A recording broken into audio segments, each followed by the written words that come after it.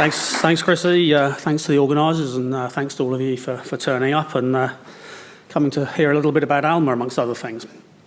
The usual cautionary disclaimers there. So Alma, we're very much an Australian copper-focused company. We've got a couple of projects. The main one, though, that I'm going to talk to you about today is the Briggs joint venture, which is in Queensland. It's a very, very large copper deposit. It's a porphyry-style deposit. It's right at surface, and as we go through the slides, you'll sort of see, yes, it's low grade, but the fact that it's at surface and it's got great metallurgy and fantastic existing infrastructure, that ticks almost all the boxes you need to be able to develop a low-grade copper project. It is a joint venture, so we currently own 51%. We can increase that to 70% through expenditure on the project, whether that's drilling or feasibility studies.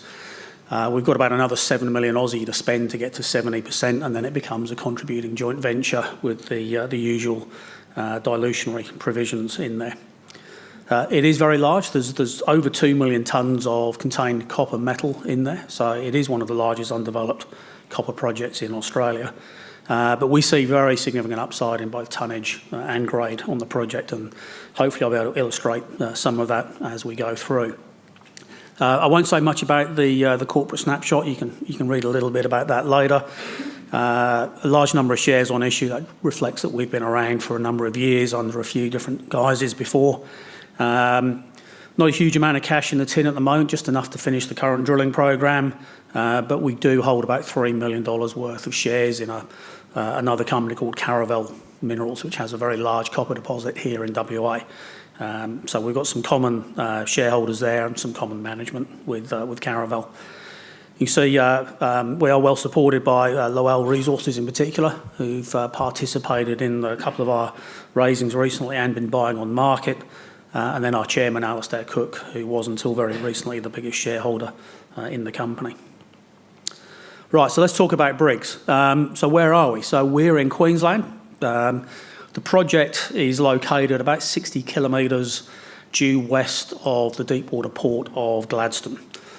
And I've put this picture up here because it sort of shows, one of the key factors for this project is it's very close to existing infrastructure. So as the crow flies, we're about 60 kilometres from the port. You may not be able to see the detail on the image here, but Gladstone's a remarkable place. It's probably the most industrialised place in Australia. You've got a couple of alumina refineries, an aluminium smelter, 2 coal export terminals, 3 LNG export terminals, cement export terminals, etc. It's got access to low-cost power, both coal-fired and a very large proposed solar farm, which is going to be built within 5 to 10 kilometres of the Briggs project when it gets fully funded. And within 10 k's of the project, we've got heavy haul railways, we've got 3 gas pipelines, we've got high voltage power and a water pipeline. So pretty much all the existing infrastructure you would need to develop a large project is already there. We also have great metallurgy. We can get almost 95% of the copper out of the rocks. That's pretty important when you're dealing with grades in the 0.2 to 0.3% range. We've looked at the concentrates. There's no issues there. We get very nice, clean, high-grade concentrates. That'll help reduce transport costs. And there's huge leverage. This is a very large project.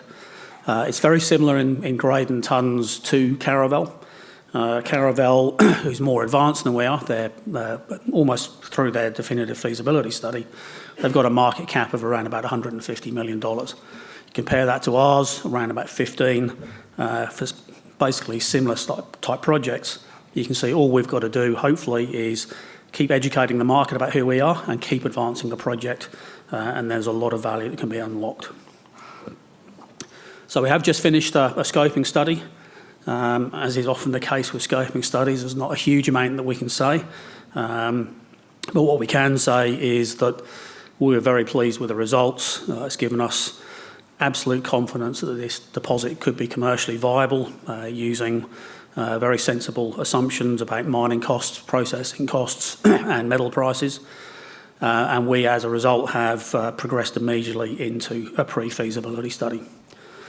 So the key work components we went through, we did some environmental work, so we've done a desktop assessment To ensure there were no fatal flaws, we've identified what the key risks are.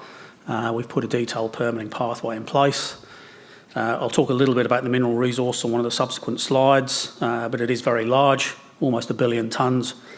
Very good metallurgy, which we'll talk about, and then very positive outcomes, particularly looking at capital and operating cost estimates and the metal price assumptions. So the resource, this is the block model. You can see we've got two areas here, the northern porphyry and then the Briggs Central Zone. The coloured blocks there are the 10 by 10 by 10 metre block model. The pit there is a conceptual pit we used to constrain the resource when we published that in April this year. And we can apply various cut-off grades to this. If we apply a 0.2% copper cut-off grade, there's about 440 million tonnes at 0.25 copper and 36 ppm moly. If we drop the cut-off grade to 0.15, we're at well over 900 million tonnes at about 0.21% copper and about 36 ppm moly. There is significant silver credits and there are some gold credits as well, and all of those metals would ultimately form revenue. The metallurgy here is superb, and that's one of the key drivers of this project, with very coarse crushes and grinding. So with the primary grind size in the sort of up to 212 micron, we're getting recoveries of 94 to 95% copper and concentrate grades of 23 to 29%. We're also getting good recovery of the moly. This is with no optimisation, and we're getting payable levels of silver into those concentrates. We're also getting gold in the concentrate. It's not at what would be traditionally considered payable levels of a gram per tonne, but with the current price of gold, there's certainly room to negotiate on gold payability on those concentrates. And no penalty elements of concern.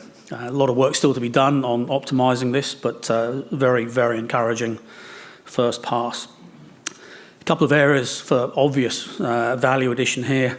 One is the addition of a molybdenum cleaner circuit, and that's a relatively low capital cost item, but it basically unlocks the value in the molybdenum. So that's something we'll look at in the next stage of the program. And then we did some preliminary work on very coarse grind size, so a grind size of well over 300 microns. We were getting about 50% of the material that could be bypassed straight to tailings. And that has a huge impact then on reducing your capital costs for your processing plant, because you can reduce the size of everything beyond the ball mill. So very significant metallurgy and certainly room for improvement. I won't say a great deal about the mining study because ASX won't let us, but we looked at things like optimal cut-off grades. We looked at open pit optimisation, preliminary design. You can see the stage pit design here and the ultimate pit. Looked at the scheduling through that, and we've done some layouts. So we've got allocations of space for the ROM pad and for the waste rock dumps. We've effectively done a full project scale layout. And the photograph on the left-hand side there, that's just a photograph of the Cadia open pit. We're looking at projects of similar sort of scale here. And one of the reasons I put Cadia up here is it's sort of a good illustration of how the market's perception of low grade has changed. I mean, when Cadia was first discovered and people were talking about producing, at the equivalent of about 0.5, 0.6 grams per tonne gold, most people said you couldn't do it.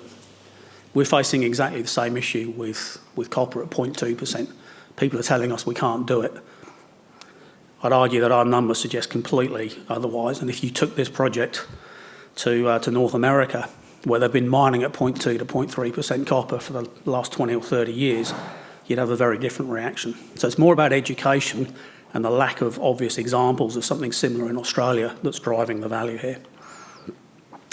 Mineral processing, I won't say much about this other than we've assessed the met work, we've assessed what sort of processing and grinding technology works, and we've got operating and capital cost estimates for that. Photograph on the left-hand side there is of the concentrates that we produced. So that's running at 29% copper. That's almost a pure chalcopyrite concentrate, and that's what this project is capable of producing. So we've basically made a decision to progress immediately to pre-feasibility study. That's largely going to start with infill drilling, and that will then, there's an intermediate step where with additional drilling we can convert more than 50% of the resource into the indicated category. That will allow us to re-evaluate the scoping study results and publish those. Ultimately, the infill drilling is aimed at converting the entire resource to indicated and/or indicated and measured, and that's what will support the pre-feasibility study. That work's effectively underway now. Obviously, there's a lot more metallurgy to be done. We'll start looking at variability. We'll start looking at the moly recoveries and optimisation. We'll start looking at a moly circuit. And then we'll do more work on this coarse particle flotation, because that obviously has massive positive impacts on capital and operating costs if we can get that right.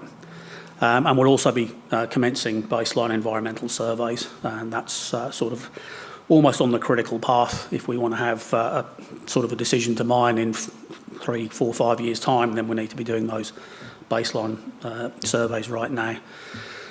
And just to give you an idea of the sort of the scale of the project, the pre-feasibility will be the base case that we'll be looking at there is an aspirational mining rate of 30 million tonnes per year. That's of mineralisation. So that's a potentially very large earth-moving operation. So we have started some drilling. We've been drilling a couple of targets here. One of them, we've just completed a deep drill hole across the entire deposit. That helps us push the indicated resource a little bit deeper and give us some short-range statistical evaluation. It's also testing very close to the highest grade hole that was previously drilled on the project that delivered 275 metres at 0.45% copper. You can see the image here, the colours in the background is copper in soil geochemistry. Because this deposit outcrops, it's a very, very efficient exploration tool, and every time we've drilled under the highest grades in the copper in soil anomalies, we're getting high grades or higher grades in the drilling. So that will inform our drilling. There's obviously drilling that we can do to expand the indicated resource within the inferred, but then there's a huge area of potential to expand outside of the current resource and also deeper.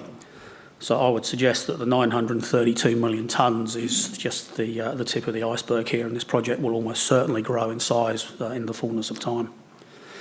Results we published yesterday morning for the top part of that deep hole. So we've only got assays back for the top 230 metres.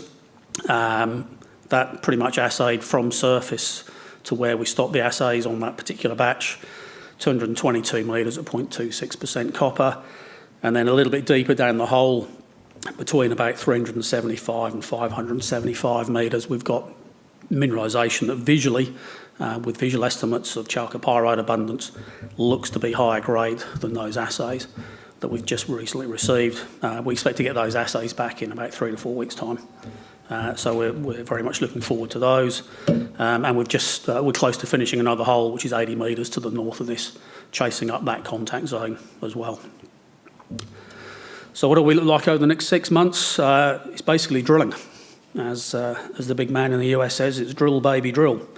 So we'll get the assay data out later this year and early next year. We'll have site preparation underway for the 2026 drilling program. That'll kick off sometime in the first quarter.